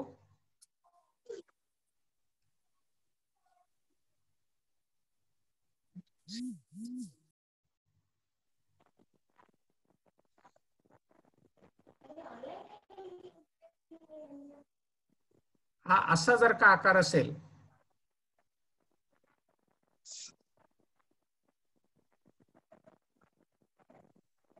तर याला पॅराबोला असं म्हणतात. याचा फोकस हा इथे कुठेतरी असतो. सूर्य इथे असेल, धूमकेतू या पद्धतीने येऊन असा जाऊ शकतो. हा सुद्धा सूर्यमालेचाच घटक असतो. काही वेळेला धूमकेतू असा येतो आणि असा जातो. हा दिसायला जरी पॅराबोला दिसत असला तरी सुद्धा हा पॅराबोला नाही, हा हायपरबोला आहे. आणि काही वेळेला भ्रमणाची कक्षा ही अशी असते, ज्या वेळेला ती अशी असते त्यावेळेला तो इलिप्स असतो, लंबवर्तुळाकार असतो. आणि याच्यामध्ये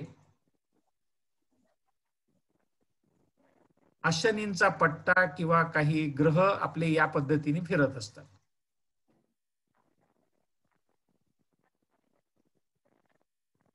कधी एकदम जवळ, कधी एकदम दूर. या सगळ्या वेळेला सूर्य जो आहे तो याच्या फोकस वरतीच असतो. इथे दुसरा फोकस आहे पण मला त्याच्याशी काही घेणं देणं नाहीये. तो एका फोकस वरती असला तरी सुद्धा ही मोशन राहणारच आहे.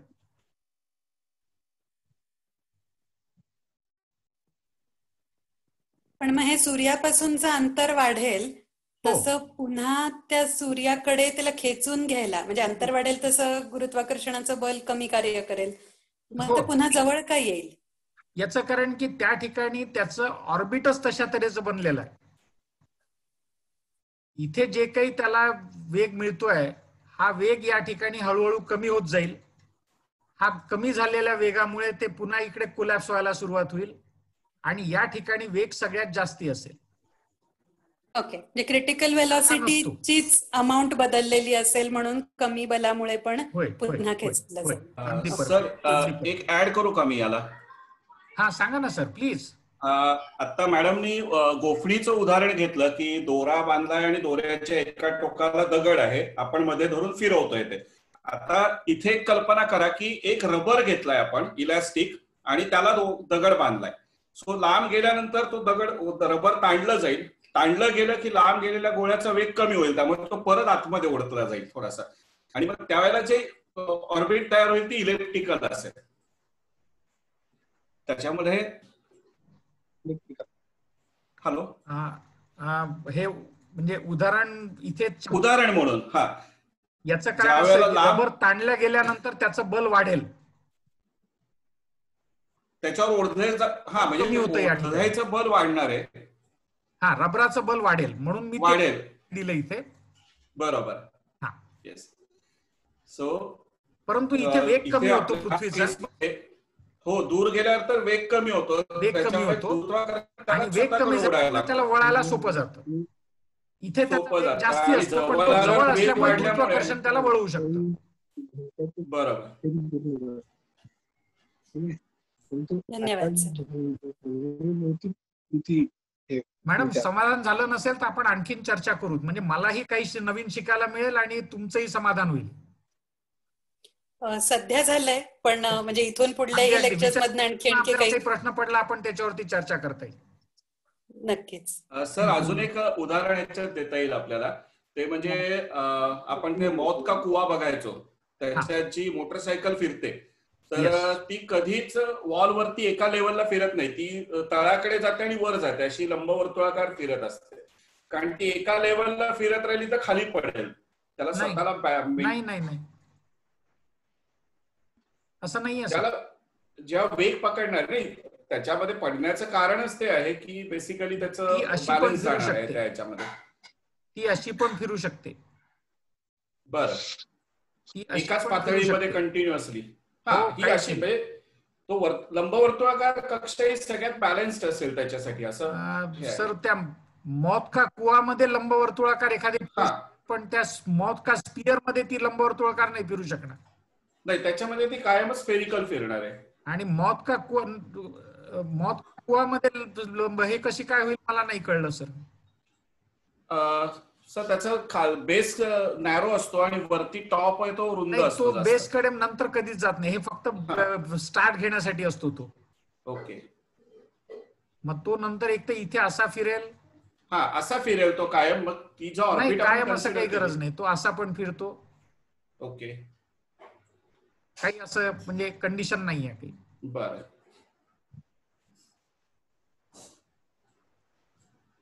या कक्षांचं आपण उदाहरण घ्यायचं झालं आता, तर परत एकदा त्या कोनचे सेक्शन्स त्याचाच विचार आपल्याला करावा लागेल त्या केसमध्ये त्यानंतर. हो हो, म्हणजे इथे न्यूटनचं हे जे आहे ना इक्वेशन जे आहे,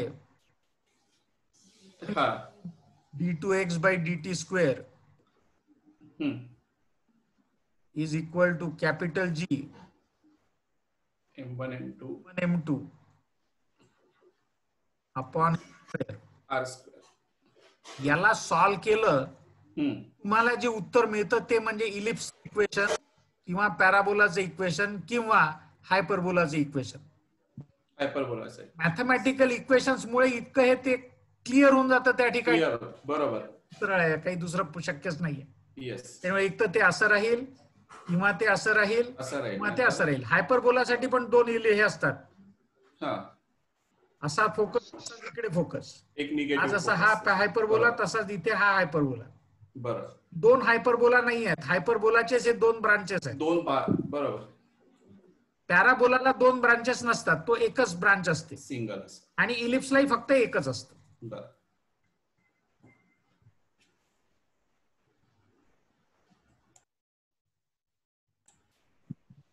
अजून कोणाला काही प्रश्न आहेत का?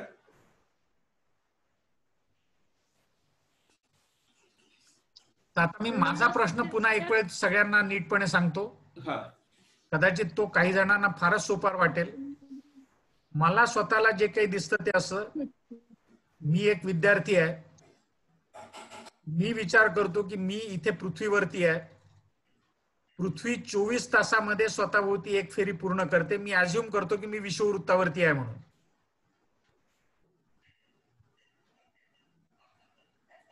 मी विषुववृत्तावरती आहे म्हणल्यानंतर मला एक माहिती होतं, माझ्या माहिती असलेल्या याच्यानुसार, की जर पृथ्वी स्वतःभोवती फिरते हे मी मान्य केलं, मी मुळामध्ये करत नाही, पण तुम्ही म्हणताय म्हणून जर का मी केलं तर एका दिवसामध्ये म्हणजे 24 तासामध्ये पृथ्वी ही एवढं पूर्ण फिरणार आहे, मी एवढा पूर्ण फिरणार आहे. पृथ्वीचा जो काही त्रिज्या आहे ती जवळपास 3600 किलोमीटर. ही जर का पृथ्वीची रेडियस मी अज्युम केली तर परीघ 6,400 पाय आर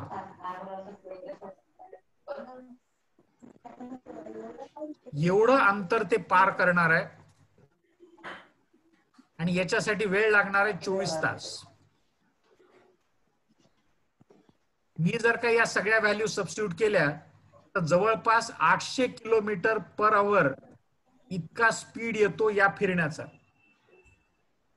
साधं 60 किलोमीटर पर आवरच्या वेगाने जाणाऱ्या गाडीमध्ये मी खिडकीतून हात बाहेर काढला तर हात जोऱ्याने मला मागे मागे फेकला जातो. फडफड फडफड कपडे उडायला लागतात आणि इथे मला काहीच होत नाही ज्या वेळेला मी असा फिरत असतो. मग आता तुम्ही मला सांगाल की अरे बाबा ते ऍटमॉस्फिअर फिरत असतं तुझ्यासोबत. आता एवढे सगळे उपद्व्याप करण्यापेक्षा मी जर का अज्युम केलं की नाही हो सूर्यच पृथ्वीभोवती फिरतो तर प्रॉब्लेम कोणता येतो मला. असा कोणता प्रयोग झाला की ज्यांनी हे सिद्ध केलं की सूर्य पृथ्वीभोवती फिरत नाही.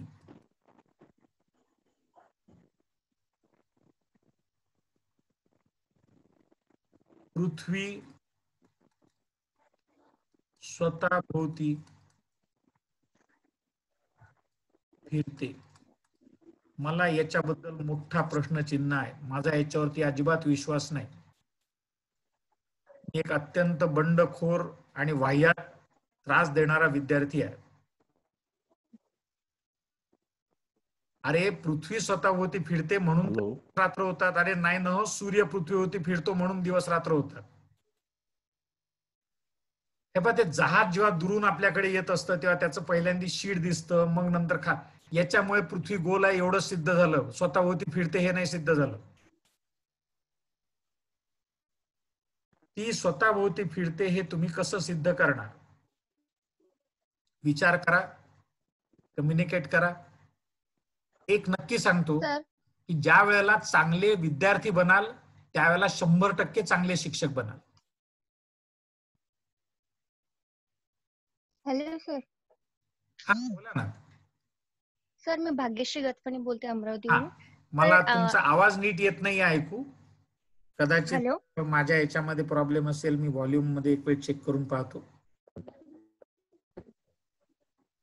हॅलो. हा आपण पृथ्वी सूर्याभोवती फिरते आहे ही जे सीझन चेंज होतात याच्यावरून आपण कन्फर्म करू शकतो की ऍक्सेस स्टील असल्यामुळे पृथ्वी जेव्हा हा कसं आहे की हा अशा तऱ्हेची पृथ्वी आहे आणि सूर्य जो आहे तो असा तिरपा फिरतो आणि तो त्याच्या फिरण्याच्या जागा बदलत राहतो. म्हणजे तो आत्ता इथून उगवतो मग नंतर इथून. म्हणजे जर का मी पृथ्वीचं होरायझन असं पाहिलं तर सूर्य इथून जातो इकडे मावळतो मग नंतर तो थोडा थोडा असा इकडे इकडे वळत जातो. त्याच्यामुळे सीझन होतात.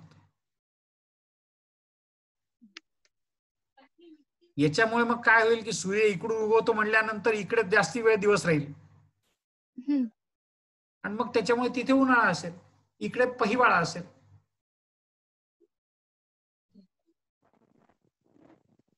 Hello sir. हा जागेश्वर कुमार बोलतो. हा बोला रामेश्वर सर. जागेश्वर कुमार बोलतो. हा बोला सर. Sorry sir. हा प्रश्न जो तुम्ही केला होय तर याला एक छोटस असं उदाहरण देता येईल माझ्या माहितीप्रमाणे. बोला ना सर. जसं आपण ट्रेन मध्ये बसलेलो आहे होय आणि ट्रेन चालू आहे हो आणि जेव्हा मी खिडकीतून बाहेर डोकावून पाहतो बरोबर तेव्हा मला माझी ट्रेन सुरू आहे हे मला माहिती आहे. परंतु जेव्हा मी खिडकीतून बाहेर डोकावून पाहतो तेव्हा मला बाहेरची असणारी जी झाडे आहेत वृक्ष आहेत ते मात्र माझ्या मागे जात आहेत धावत आहेत खूप स्पीडनी असं मला जाणवते. बरोबर सर. आणि यावरून मला विद्यार्थ्यांना असं बोलता येईल की मी जी ट्रेन मध्ये बसलो आहे ट्रेन माझी चालू आहे हे मला माहिती आहे झाड हा एका ठिकाणी थांबलाय हे सुद्धा मला माहिती आहे, परंतु मला हे दिसतंय की माझी ट्रेन चालू असताना झाड हे मागे धावत आहेत. आणि यावरून आपल्याला सिद्धपणे स्पष्टपणे सांगता येऊ शकेल सर की जरी मी पृथ्वीवर आहे. सर मी विद्यार्थी पुन्हा बोला. अगदी छान उत्तर दिलं सर, पण विद्यार्थी आहे आणि मी असं म्हणतो सर, ट्रेन मध्ये तुम्ही बसलेले आहे, झाड हलत नाही हे तुम्हाला नक्की माहिती आहे. ट्रेन पुढे जाताना झाड मागे जाताना वाटतं आणि तुम्ही त्याच्यावरून निष्कर्ष काढला की मुळामध्ये झाड मागे जातच नाहीये, खरं म्हणजे मी पुढे जातोय. पण सर आता तुम्ही रस्त्यावरती उभे आहात आणि बाजूने एखादी कार जाते आहे, अशा वेळेला तुम्ही म्हणाल का की मी पुढे जातोय की कार मागे जाते असं म्हणाल? नाही नाही, मला माहिती आहे की मी थांबलेलो आहे. हा, मग याच्यामध्ये मला माहिती आहे ना की पृथ्वी स्थिर आहे म्हणून. हे तुम्ही गृहीत धरताय की सूर्य स्थिर आहे? नाही ना, स्थिर हे बघा, ट्रेन माझी चालू आहे ही मला माहिती आहे. हो, तर त्याप्रमाणे सूर्य चालू आहे हे मला माहिती आहे. सूर्य पृथ्वीभोवती फिरतोय हे मला माहिती आहे. नाही, असं नाही म्हणताय ना. अरे का? मी सूर्यावर बसलेलोच नाही ना सर. सर मी सूर्यावर कुठं बसलेलो आहे? मी कुठे बसलेलो आहे? ट्रेनवर बसलेलो आहे. सर याचा अर्थ ट्रेनवर बसलेला आहे. आपल्याला दुसरा फिरताना असला म्हणजे आपण फिरतोय असं नेहमी असतं का? नाही नाही. आता इथून गाडी जाते माझ्या बाजूनी, मी इथे झाडावर बसलेलो आहे, मला असं दिसतं की गाडी चालली. तसा मी पृथ्वीवरती आहे, सूर्य मला फिरताना दिसतो, सूर्य फिरतोय, प्रॉब्लेम कुठे आहे त्याच्यात? तुम्ही सूर्याला झाड का म्हणताय? नाही, त्याची जी गती आहे मागे धावण्याची, सूर्याची ना, हा जी गती आहे ती आपल्याला भासवते. ती भासवते की तो फिरत आहे. हे कशावरून ते भासवते हे तुम्ही कशावरून सांगून राहिले? कारण माझी ट्रेन चालू आहे ना सर, मी ट्रेन मध्ये बसलोय, माझी ट्रेन सुरू आहे. सर मला असं वाटतं की मी स्थिर आहे. नाही ना, कसं? मी जर ट्रेन मध्ये बसलोय, जर समजा माझी गाडी थांबलेली आहे, पण मला कुठे माहिती आहे? मी तर पृथ्वीवरती स्थिर आहे असं समजतोय ना, आणि मला वाटतंय की सूर्य माझ्या भोवती फिरतो. मला दिसतो ना सर, सूर्य पहिल्यांदा झाड बुंद्यापाशी असतो, मग तो वरती जातो, मग माझ्या डोक्यावर जातो. हे सिद्ध करण्यासाठीच हा प्रयोग तयार केला. कोणता प्रयोग? कोणता प्रयोग? एक साधं छोटस उदाहरण आपल्या ज्या ग्रामीण भागातून मी ट्रेनचं मला दिलं. नाही ना सर, हे उदाहरण इथे बसू शकत नाही. याचं कारण तुम्ही गृहीत धरता की सूर्य म्हणजे झाड आहे. हो, माझं म्हणणं हे तुम्ही गृहीतक कशावरून धरता आहात? तुम्ही पृथ्वी म्हणजे झाड समजा आणि सूर्य म्हणजे गाडीत बसलेला प्रवासी समजा. मग मला गाडी जाताना दिसेल की नाही रस्त्यावरून? ही पहा, गाडी चालली, गेली, पुन्हा आली, पुन्हा चालली. हा म्हणजे सूर्य, हा म्हणजे मी. अच्छा, म्हणजे हे तुम्हाला याच्यावरून क्लिअर होता येणार नाही असं तुमचं म्हणणं आहे? नाही नाही, होतच नाही ना सर ते क्लिअर. असं काय? मग कशावरून आपल्याला दुसरं कोणतं उदाहरण देता येईल की जेणेकरून तुम्ही म्हणत असाल मी उत्तर सांगतो, पण माझी इच्छा अशी आहे की थोडासा विचार करावा तुम्ही लोकांनी. हा बोला ना सर. मला असं वाटतंय की या गोष्टी अवकाशातनं बघितल्यानंतर आपल्याला समजत असतील. मॅडम, म्हणजे जोपर्यंत माणूस अवकाशात गेला नाही तोपर्यंत पृथ्वी स्वतःभोवती फिरते हे मान्य केलं नव्हतं का? सर, पृथ्वीवर आपण असू ना त्यावेळेला पण काही गोष्टींनी हे सिद्ध झालेलं आहे. म्हणजे सरांनी आता सांगितलं त्या पद्धतीचे उदाहरणं, त्या उदाहरणांनी हे सिद्ध झालेलं आहे. आणि सिद्ध नाही झालेलं ना मॅडम, हे सिद्ध कसं काय म्हणणार आहे तुम्ही? उदाहरणांद्वारे असं लक्षात आलं माणसाच्या, आणि मग अवकाशात गेल्यानंतर. नाही नाही, मला सांगा ना कोणत्या उदाहरणाने सिद्ध झालं हे? सर, आता सरांनी सांगितल्याप्रमाणे आपण ट्रेन मध्ये बसलो, आपण स्थिर बसलेलो असतो पण ट्रेन हलत असते, तशा आपण पृथ्वीवर स्थिर आहोत. मॅडम, आर्यभट्टांनी असं म्हटलं की मी नदीतून जेव्हा होडीने जात असेन त्यावेळेला जसे झाडं मागे जाताना दिसतात तसे मला तारे आकाशामध्ये फिरताना दिसतात असं म्हणलेलं आहे. पण ते कशाच्या भरोशावर? बाबा आर्यभट्टा किंवा तुम्ही सर किंवा ओक सर, तुम्ही मला हे कशावरून सांगताय की सूर्य फिरत नाही म्हणून? सूर्याने येऊन कानात सांगितलं का तुमच्या की मी फिरत नाही म्हणून? हे गृहीतक कशाच्या भरोशावर? हा, तुम्ही असं म्हणत चुप बस, हा प्रश्न विचारू नको, मूर्खासारखा आहे. एवढा मोठा सूर्य का फिरणार आहे का पृथ्वीभोवती? नाही मोठा आहे हे तरी मला कुठे माहिती सर? मला तर सूर्य लहानच दिसतो चंद्राच्या एवढा.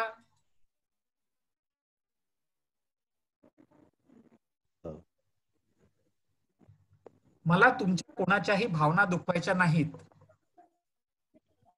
परंतु बऱ्याच वेळेला रिजिड कल्पना सहजतेने मान्य करतो. पोरं ते करतीलच याची गॅरंटी नसते.